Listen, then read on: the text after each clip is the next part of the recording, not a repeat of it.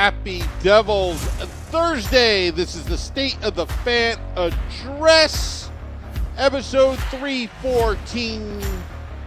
I'm your host, Sam Wu, with the editor-in-chief of PucksandPitchforks.com, Nick Villano, streaming live on Facebook Live, YouTube Live, X Live, and Twitch on the Let's Go Devils Network. Coming to you live from the Primetime Radio Studios in an undisclosed location in beautiful New Jersey. And Nick, I have no idea where you are, so I'm going to say you're in a real bunker in, let's say, the state of Idaho. Are you in Idaho right now? I'm not in Idaho, but I'm in a similar population density state. Really? Give me that. Yeah, you know, we're I don't mind revealing we're in West Virginia taking the boy to the backyard brawl this week. So, but so that's why we're a day late. A 7 or 8 hour travel day yesterday kind of took out the podcasting, but we're still here. We're still making up the time. I couldn't miss this week. This week is too juicy as far as all the news that's coming out. I don't even know if it's news. Would you call this news, Sam? You know what I call it? I call it a gossip column for now. It's a gossip column for now. Yeah, but it's not like anonymous sources. Like Jack and Quinn are saying it themselves. And you know, if you need us to catch you up, Jack Hughes was speaking at Media Day, NHL Media Day on Tuesday, and basically just out. Like, I love this. It's almost like if I didn't know any better, I'd be like, maybe somebody like slipped Jack a couple Jack and Honeys going on, because he had some loose lips, but he was just saying, I want to play with Quinn. I want to play with my brother. That's what I want, you know. And then you could a lot of people were like grasping at straws with one of the quotes he said, where he was like, whether that's in New Jersey and he kind of drifted off and like changed the subject a little bit, because I think he knew what that was going to mean. But I think his point is that a lot can happen over 2 years. More can happen over 5 years. Even more can happen over 6 or 7 years, you know, depending on whatever Luke Hughes signs. Here's the thing. I think they're going to play together in New Jersey. I think it's inevitable. The stars have aligned for this to work out in New Jersey. It will be the most epic of fumblings. I think that Josh Harris would fire Tom Fitzgerald if he couldn't make it happen. Like I do. And you know me, I don't advocate for firings. I'm not saying that, but I'm just saying, I think if you fumble the most talented player to ever step foot into New Jersey, and that's saying something. We had Brendan Shanahan, Martin Brodeur, Scott Niedermayer, Scott Stevens, like you had all these people. Jack Hughes is the most talented player to ever play for the New Jersey Devils. If you fumble that because of years of inconsistent roster management, messing up the goalie situation 4 or 5 times before finally getting it right, with the guy who's 36. So it's a very short window that you have right here to get it right with the goalie, you know, and then you re-sign the other guy. I think is Allen 34. So another guy you're signing until he's 38, 39 years old. You have this short window here where you have the goalie right, you have the defense right, and you know, the forwards are what they are. As long as you have Nico and Jack Hughes healthy, you're good at forward. You're not great, but you're good. Decent, I guess. I don't even know the best words for it. I think that the Devils have to really set this up. You know, and that's what I keep saying with this whole Luke Hughes negotiation. The Luke Hughes negotiation will set up the future Quinn Hughes acquisition. If you sign Luke Hughes for 8 years right now, Quinn Hughes is coming. No, there's nothing that can be said. That's why I said, as much as it pains me to say this, and as much as I think it'll really hurt this season, you have to wait Luke Hughes out. You really just do. Because if you sign him for 8 years, even 7, if 7 is the strong suit where he's saying, I need 7, Okay, I'll wait. That's fine. Here's 7. Like it's or not. I'll wait. Sorry. I'll relent. Here's 7. Because Jack's not gonna leave for 2 years. Then he pairs up with Quinn, and they wait another 2 years before they wait for Luke to become a free. Like it's just too much.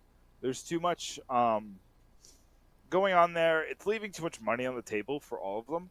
I think that they'd have to give up a lot of money to make these contracts just constantly line up. And Jack Hughes obviously already gave up a lot of money, and now we're seeing contracts go crazy. We're seeing, the reports out of Minnesota is that Kirill Kaprizov turned down $16 million a year. So if that's what they're looking at there, and we're looking at Jack Eichel is about to make $13 or $14 million a year. So the contracts are no longer staying between that 9 and 12 range. Like, we're now busting it out. And Elliot Friedman came out and said maybe Kaprizov thinks he could sign a 7 by 19 or 20 million. That would be insane. I think Kaprizov is a fantastic player. And maybe this is the Ilya Kovalchuk fan in me, or the former Ilya Kovalchuk fan in me. Too much risk there. Too much risk there that he could leave, or that he'd be unhappy at some point, and money might not do it for him. So I wouldn't do that for Kaprizov, but I would do it for Jack Hughes. If Jack Hughes said, "I need $16 million to stay at the end of this contract," and let's say 3 of the next 5 years he's completely healthy, he has 1 throwaway year and then 1 mostly healthy year, I would give it to him. I would give him the $16 million. He has to stay out. He has to show he has to stay healthy. I do think that he's going to have a trajectory of similar to Sidney Crosby, where he does stay healthy. So I'm not too worried about that. This is all to say, I think Quinn's coming. He made a couple of comments about Jim Rutherford's comments earlier this year, where Jim Rutherford says that Quinn wants to play with his brothers, and maybe he would trade for Jack and Luke. And Quinn kind of Quinn said specifically, Jim's a smart guy, which is not something you say when you think someone's a smart guy. It's kind of something you say when right? Like, if I was like, Nick, you're a smart guy, and I mean it. Yeah, but he didn't say it like that. He didn't say it like. He said it was like, it's like, I mean, listen, Jim's a smart guy. It's like if somebody came up to me and be like, did you know that Sam thinks that Jack Hughes is a fake foot? I'd be like, man, Sam's a smart guy. Like, it's like a nomenclature, or just like a filler word where you're just like, I just need to get past this. Let's go to the next question. It's almost like a no comment, but you're actually making the comments. I can't speak to what he's saying. And then, but he was kind of Quinn wasn't so forward about it. But he was like, yeah, I mean, sure, I would love to play with my brothers. Sam, can I just tell you what the most interesting thing about this was? What? Nobody said they would be satisfied by playing together at the Olympics. They didn't even mention it. It's amazing. Because I was thinking about the Olympics, if all 3 of them are on the ice at the same time. It's your out clause, right? I would love to play with Quinn in the Olympics. I hope to play with Quinn next year in Milan. And I hope that Luke makes the team too, so he can play, so he can, for the first time in forever, or maybe ever, have all 3 brothers playing on the same team. They had the out, and they chose not to take it. They chose to instead say, I want to play in the NHL together. That is what I want. So, it's pretty direct. I know a lot of people are a lot of people are saying oh, they're going to ask out. They're going to ask to do this. No, they're going to play in New Jersey together. Even if it's for 3 years. If it's for 3 years, you have 3. Sam, if you win a Stanley Cup in those 3 years, Quinn's going to resign. Jack is going to resign. Luke will probably be signed still, but they're going to resign if you win a Stanley Cup. If you win a Stanley Cup, you're thinking Florida Panthers, Tampa Bay Lightning, let's do it again. And keep the band together. And you might get a hometown discount. You might get a hometown discount for it if they're that good. Yeah. Yeah, and again, a hometown discount's going to be ridiculous money. Quinn Hughes is on free agency. What do you think Quinn Hughes is worth?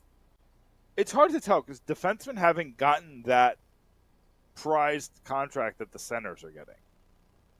Or you should say offensive players because Kaprizov's not a center. But is Carlson, I think, is still the highest paid defenseman. He signed the contract, gosh, when? 4 years ago? 5 years ago? Carlson? Yeah.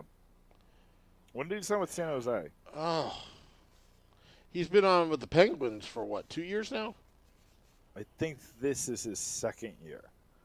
All right, second year. So, But he was with he maybe was with 4 years ago. Maybe 4 years ago. Yeah. So, nobody has rocketed past that, and we've had some contracts, but this is what happens with like the Avalanche signed Cale Makar for a long-term deal. We've had the Evan Bouchard contract, but I don't consider him the best in the league. Yeah. I'm trying to think who else was in that upper echelon that might have signed recently. Yeah, the best guy to sign this year was Gavrikov, and is he even a top 30 defenseman? I don't think I'd put him there. I'd have to lay out the list, but I don't think I'd put him there. I think he's kind of a little bit overvaluation on him, to be quite honest. And I'm not trying to be biased. Dougie Hamilton signed since then. Dougie Hamilton got the $9 million a year deal. I think Adam Fox signed since then. Mm-hmm. But he signed for way under market value. He signed for nine and a half, I think. Of course, Jacob Slavin just signed a ridiculous contract at $6.5 million, right? Wasn't that Slavin who signed that stupid contract? Yeah. With the Hurricanes, just to give them the discount of the century. So, defenseman's market hasn't gone crazy, but I think if a Quinn Hughes hits the open market, I think some team goes to 15 if he asks them to. But I don't think he'd ask the Devils to do that. I think the Devils could get him for 12, which is a big discount. But I think the value that comes with playing with your brothers, the fact that he wants to win a Stanley Cup with his brothers, and you want to keep some open space where you can sign Nico Hischier. You want to keep some open space where you can get some wingers. You want to keep some open space that you don't have to trade away Brett Pesce, or you don't have to trade away Kovacevic, or you don't have to trade away Siegenthaler. You don't want to gut your roster because that's what happened. That's what happened to Toronto. Toronto had to gut their roster to fit these high-priced guys, and they kept taking chances on late career Wayne Simmons, and they took a chance on Max Domi, and that one kind of worked out. But they had guys didn't they have what's his name? Didn't Joey Anderson play for them for a while? Yeah. Am I thinking of that right? Joey Anderson, you got these guys who are talented but never did it, or these guys are at the end of their careers, And sometimes it works out. What was it? Spezza was pretty good for them. Jason Spezza, the old Senators superstar, was good for them. But again, more times than not, it's you're really hurting your depth to sign these top of line guys to the top of line contracts when you're in a salary cap world. So I think the Devils will be in a better position in 2027. The Plot contract will be gone. You'll only have one more year of the Hamilton contract, so I think you can get off of that pretty easily. And right there is $15 million. If you can get off of those two. The Mercer contract's over, so if you just don't want to deal with that anymore, you can be gone him, or you can he might send for cheaper. You never know.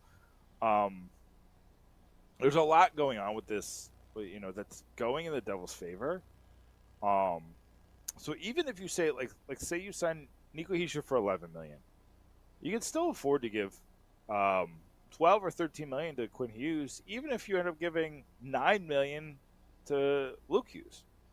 You can make all this work. It's going to take some adjustments, right? It's going to take some maneuvering and things like that, but I think you can make it work as long as you make smart decisions. This year, Sam, is really important because you have to win. We had Damian Flores write a story about how the number one thing that's going to get Quinn here is winning. If the Devils get to the Eastern Conference Final and loses to Tampa, or Florida. I think Quinn looks at that and be like, "Ooh, they're close. They might be a Quinn Hughes away from a Stanley Cup."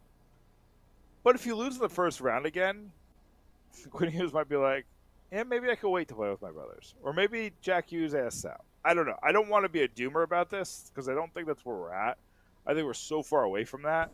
And if I'm Tom Fitzgerald and Jack Hughes comes to me and be like, "I want to trade," I'll be like, "I want $1 trillion. We don't always get what we want." And I would let Jack Hughes play disgruntled. I would. Like, there's nothing you're going to get in return from a Jack Hughes that'll be equal value to prime Jack, to the entire prime of Jack Hughes' career. So, worrying about Jack Hughes asking out to go play with his brother, I just don't see it. I also think he's happy here. I think he loves New Jersey. Sam, I keep bringing this up. I think it was last year the second highest selling jersey in hockey. It's not like he's new. It's not like the Devils came out with a new jersey either. Like, this is the jersey and the traditional red and black. And he's still the second highest selling jersey next to Connor Bedard. Maybe that was the year before. I can't remember who was the highest selling jersey last year. But again, he's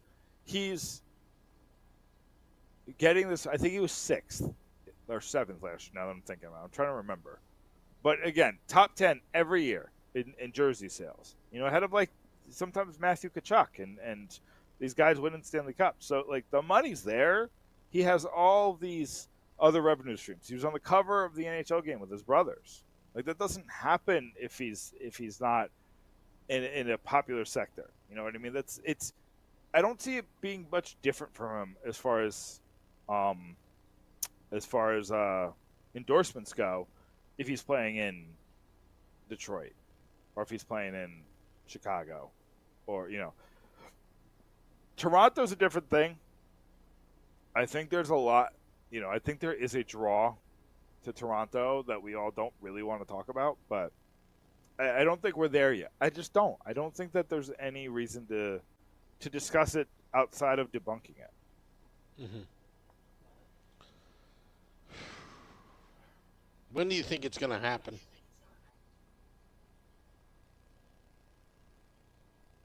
Two scenarios.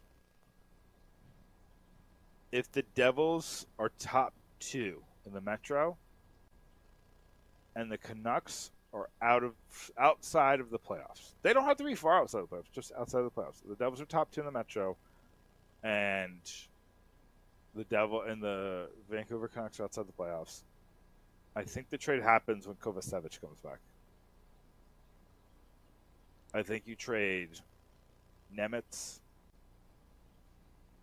If they want, like, it's going to be Nemitz, a forward, whether that's Mercer, Paul Cotter, maybe it's Timo Meier. Like, there's a lot of different directions you can go with it.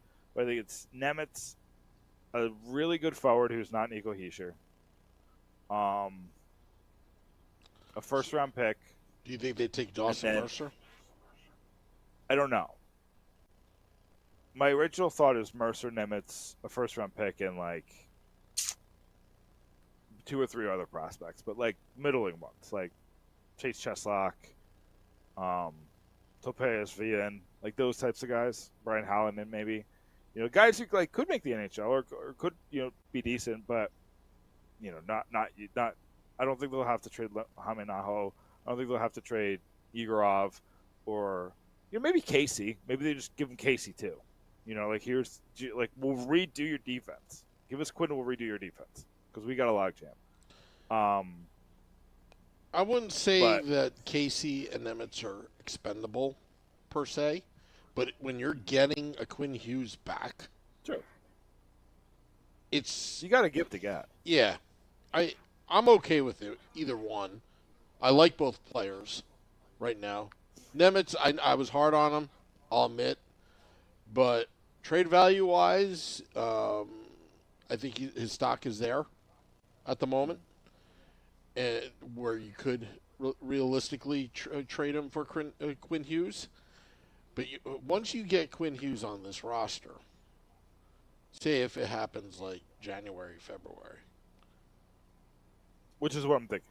January Yeah. when Kovacevic comes back. So let's make up that scenario. Let's just say that's the scenario. Quinn Hughes, Luke Hughes, Dougie Hamilton, either or Nemitz or Casey would be on the roster after a trade like that. No, you wouldn't need them because you got Pesci and Kovacevic. So the 6 would be Quinn Hughes, Luke Hughes, Siegenthaler on the left, Hamilton, Pesci, Kovacevic on the right. So you'd have your shutdown line of Siegenthaler, Kovacevic. You'd probably have the super duper line of Hamilton and Hughes. Which one? Quinn Hughes, and then you'd have the a really good pairing from last year, Brett Pesci and Luke Hughes. Brett Pesci and Luke Hughes were amazing for parts of last year. I think Pesci had a little bit of trouble with the Keefe style that I don't think it's going to repeat. I think he'll be fine this year. So I think you're going to get a better version of Brett Pesci this year. He's also not coming off an injury. We forget that he missed the first month of last season. So what I'm thinking, if you add in Markstrom having a superb year and Allen, that's a Stanley Cup contending defense right there. Sure. And that's the thing, Sam, is that like everybody's talking about how they didn't do enough on offense. I understand where you're coming from. I would hope by the playoffs you get a really good Gritsik. I think you would know the pairings really well by then. I think you get a better season out of Glass offensively. Not a great one, but I think he'll get like 30 points. I think Dadonov is a really good signing. I think he's going to be good. I think you're going to get much more from Connor Brown than you got from, like, say, Nathan Bastian. I think you might get a Hallinan that makes the roster if he's not in that trade. He might be on the roster by then. I think Stefan Nason's going to have a really interesting role. I don't think he's going to score as much as he did last year, but I think he's going to have a really interesting role. I think he's in the right system. Like, he just is. He's found his fit, found his footing here. And again, if Hischier and Hughes are healthy, they can make any line work. So again, it's if you're trading from your defense to add Quinn Hughes, like, it's a win. If you're trading Timo Meier, I get a little worried because you just don't have any other wingers. Then you have Bratt as your only really good winger. And he's great. He's fantastic, but you're kind of in a bad spot. And you also take a lot of the toughness away when you trade Timo Meier. So there's just a lot to think about with this trade. I wouldn't want to trade Meier. I know the contract makes it easy to match those salaries. I would much rather trade Hamilton than Meier. Maybe that's a duh, but keep in mind, this is mostly Vancouver's problem, not the Devils' problem. The Devils have all the leverage here. It may not cost as much as we think to get Quinn Hughes. I think it costs a lot to get Quinn Hughes this year. True. Now, the other scenario that I was talking about, I didn't bring this up. If the Devils are in, say, 4th place or the Canucks are in the playoffs, I think it happens in the offseason. Quinn Hughes has been very clear that he's making his decision next summer. And I think his decision is either resigning or trade me. Or I don't think there's going to be a lame duck situation.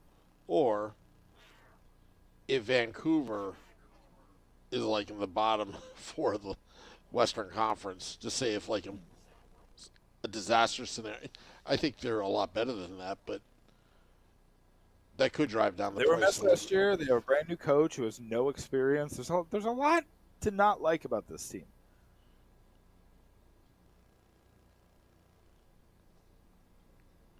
But anyway, sorry to cut you off. No, not at all. I'm going to send you a text. Sorry. Okay. We're having audio issues. Every time I talk, I'm getting slapped back from your mic for whatever reason. Anyway, sorry for the tech talk. Does it happen when I talk? What's that? Does it happen when I talk? No.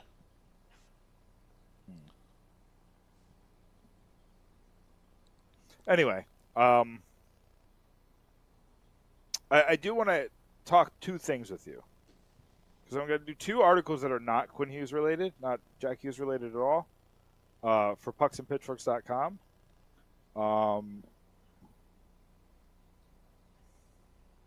I don't know what that means.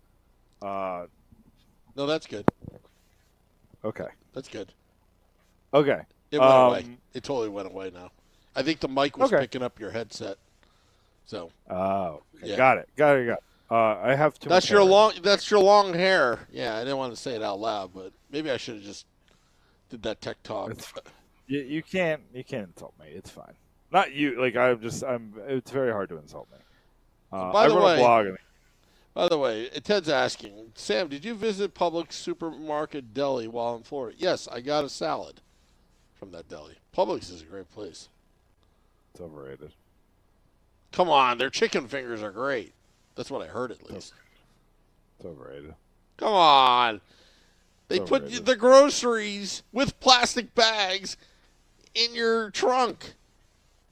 So it's honestly like twice the price of ShopRite. No way. Yeah. Really? Oh yeah. It's like, what Publix are you shopping at? well, I mean, I shopped at all of them. I lived in West Palm Beach and then Tampa. You go there for the buy one get ones, and that's it. You get the buy one get ones, and then you get out. You don't buy your regular groceries there. You buy your regular groceries at like the Aldi or the, Winn-Dixie's a little. So I wouldn't go there, but no offense to Winn-Dixie, but kind of offense to Winn-Dixie. We're never getting a Winn-Dixie sponsorship, so it's fine. But it's, So we would go to the Aldi and then go to Publix for the buy one get ones. Buy one get ones are great. Everything else, no thank you. Really? But listen, the chicken finger sub is fine. It's good. It's better than Wawa. Anything is better than Wawa, let me tell you. Unless we get a Wawa sponsorship. You said that the hot turkey was not good. So I question all of your judgment forever.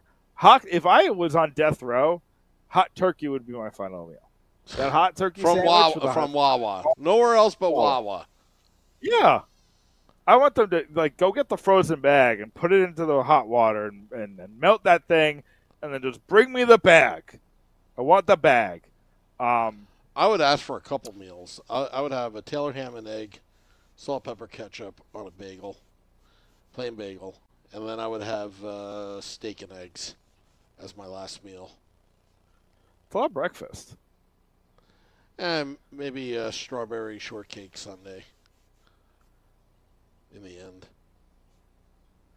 I don't know. That would be your last dessert? Yeah. I would want a caramel apple cheesecake. Wow. Or a s'mores cheesecake.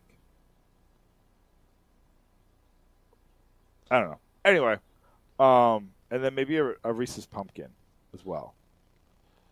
I would have I would have a Penn State Creamery ice cream to go along with that as well.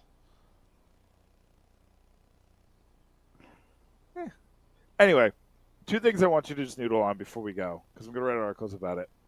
First, if Ilya Kovalchuk never retired, do you think he'd beat the goals record?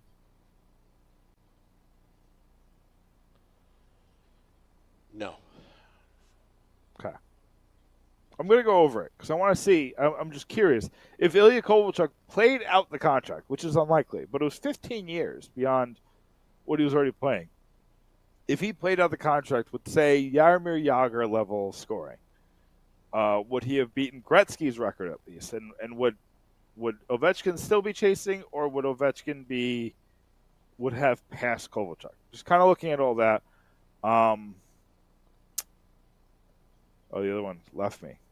Wait. I think he would have gotten injured towards the latter stages of his career. Yeah, he was having those back issues. I got to look at what his injury situation was in Russia, whether he got injured a lot in Russia. Oh man, you're just gonna have to check out pucksandpitchforks.com, Sam, because I can't remember the last one. Oof, it's gone. Not to change the subject, but we have a prospects game going on right now. I saw Mikhail Diot scored, right? I don't know who scored or whatever. I know it's just going on. Something to watch instead of the New York Mets. I can tell you that. Right now they're pissing me off.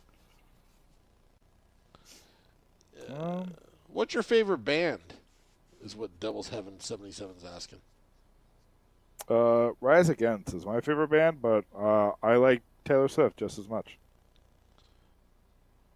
She's not a band, though. I guess one of my favorite bands is probably AC/DC. I wanted to see them so bad when they came to Florida. They did that. There's like a festival on the East Coast of Florida. It's like all rock music. I really wanted to go one year, but it's like Foo Fighters go every year and a couple other guys. I'll tell you what got me pumped up. At my nephew's high school football game, they were playing Biggie in its entirety, nice, with all the expletives, and they were getting themselves fired up. I was impressed. I was like, this is my music from my era. I feel like they're less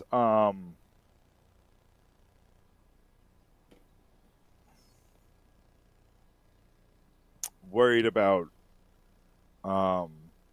expletives in songs today. I think that's good. We don't need to block out words unless it's like. Well, that's why I wanted to ask you. You know, when we're at American Whiskey and we do the big stage in the middle of Edison Place across the street from Prudential Center and American Whiskey, some of the music I'm playing, I'm like, you know, should I be playing this in public where there's kids around, or is it okay nowadays? I don't even know where that line is anymore. Scotty and I were talking about. So Scotty and I were trying to think if we should just kind of bleep it all out, you know. I'll play some of my comedy podcasts with the kids in the car, and I'm like, I don't think you know what that is, but maybe somebody will judge me, or you know what I mean? Like, it's like, all right, I'll listen to this on my own time. I'll go back to a football podcast or a hockey podcast. Do you ever play the Let's Go Dells podcast in front of your kids? Oh, the Sunday show. I don't like listening to myself again. I don't, I feel like everybody hates their own voice when they hear it on like an answering machine or something. I have no interest in listening to myself on a podcast. I hate listening to, but I do it for quality control purposes, just to make sure that things are good sounding, for our listeners. And that's why I have you, Sam. Yeah. It sucks listening to myself, but at the same time, sometimes I'm like, am I that stupid to say that? Sometimes I'm like, am I trolling them? Why did I say that? Sometimes I think you're trolling us, so I just kind of go with it. Yeah, well, the Nemitz stuff last year, I wasn't trolling. I really felt that way. We just quit on things too quickly. Like, we just do. So, calm down on the Mercer stuff. Calm down on the Nemitz stuff. I have people in my mentions during this podcast saying that Luke Hughes wants to leave. It's like, guys, I know it's so easy to be negative, but let's try to be positive. The Hughes brothers are going to play New Jersey together. Let's all be excited. That's all I got, Sam. That's all you Ready got? for plugs? Yeah, let's plug. Pucksandpitchworks.com. We've covered this with I think we have 10 articles on this already. So we've covered this from every angle. Go to pucksandpitchworks.com if you have any interest in the Quinn Hughes stuff.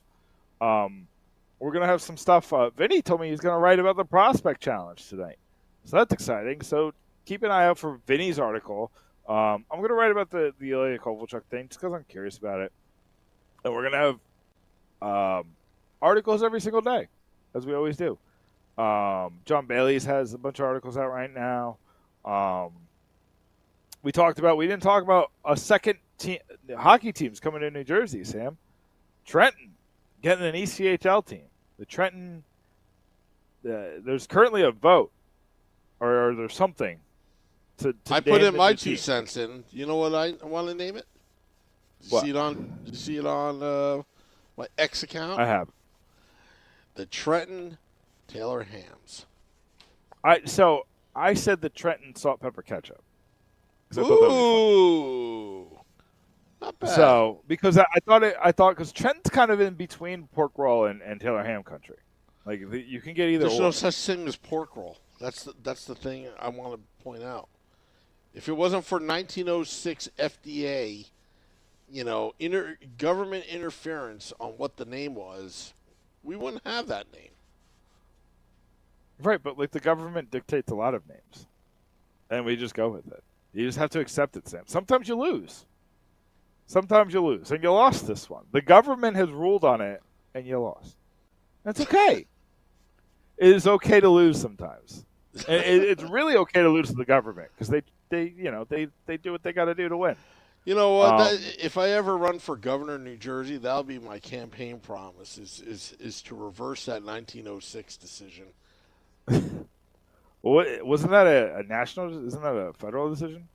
Yeah, but as the governor of New Jersey, I'll have to talk to the 2 state senators and introduce a bill. I'm gonna have to. You just got to pull Christie and bring to the Supreme Court like you do with sports gambling. That's what's gonna have to happen. Only for Delaware to take advantage of it before we do. Yeah, well.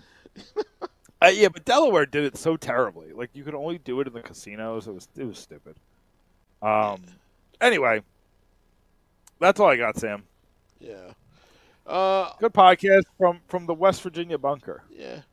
Also, just a little bit of acknowledgement. Don't want to end on a somber note. Today is the 24th anniversary of 9/11. Always this day is, for a lot of us, most of us that remember, I still remember I told this story on the podcast before that, it really hit home when that Friday, it was a Tuesday, September 11th in 2001, and that Friday I had a hockey game, a really big hockey game, all amped up, trying to get your mind off of stuff against a rival team in the men's league, of course, and only to find out that you look on the white erase board that game is postponed. Two of the teammates or 2 of their teammates were missing, and they're doing a search and rescue. It's still in my head. It has not gone away. Yeah. So I just, again, this is a hockey podcast, and I just want to mention, because I still think about those 2 guys. I didn't know them, played against them, and just seeing their team, had to, endure that, and, just a little acknowledgement. Do you know if they were they FDNY or? No, I think they were brokers. I think they were on the exchange, or I believe they were both Kenner Fitzgerald, if I'm not mistaken.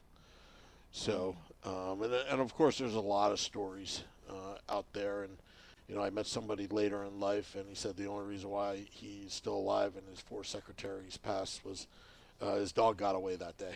You hear these stories all the time. It was like the one time the dog chased a deer, and he spent 2 hours trying to find the dog. But that dog saved his life, So puts things into perspective. We joke around a lot. We do that. But sometimes, every once in a while, we have to acknowledge that. So All right. Well, I'm going to drop the podcast at midnight. I've been getting better at it, Nick. Getting that. As we are very close to that million mark. It's like the off season, it just moves a little bit. Sometimes it moves fast, sometimes it moves slow. But once we get into the regular season, this was a snail's pace. This was a bad off season. Yeah, but let me tell you, you and I have talked off air. There's going to be some. We're bringing back some great guests, some new guests. I've got some things in the work, so we are starting next week. Our first guest starts next week. Really? I have it confirmed. Yeah. Wow. We might have 2 guests next week, Sam. We might bring back the double guest night. You know what? And I didn't finish my homework assignment with those links, so I got to get that over to you soon rather than later before our guests are like, WTF, you guys are idiots. And then, yeah. All right. Well, anyway, want to thank all those tuning in. Again, dropping the podcast at midnight. Go to pucksandpitchforks.com. Till next time, let's go Devils.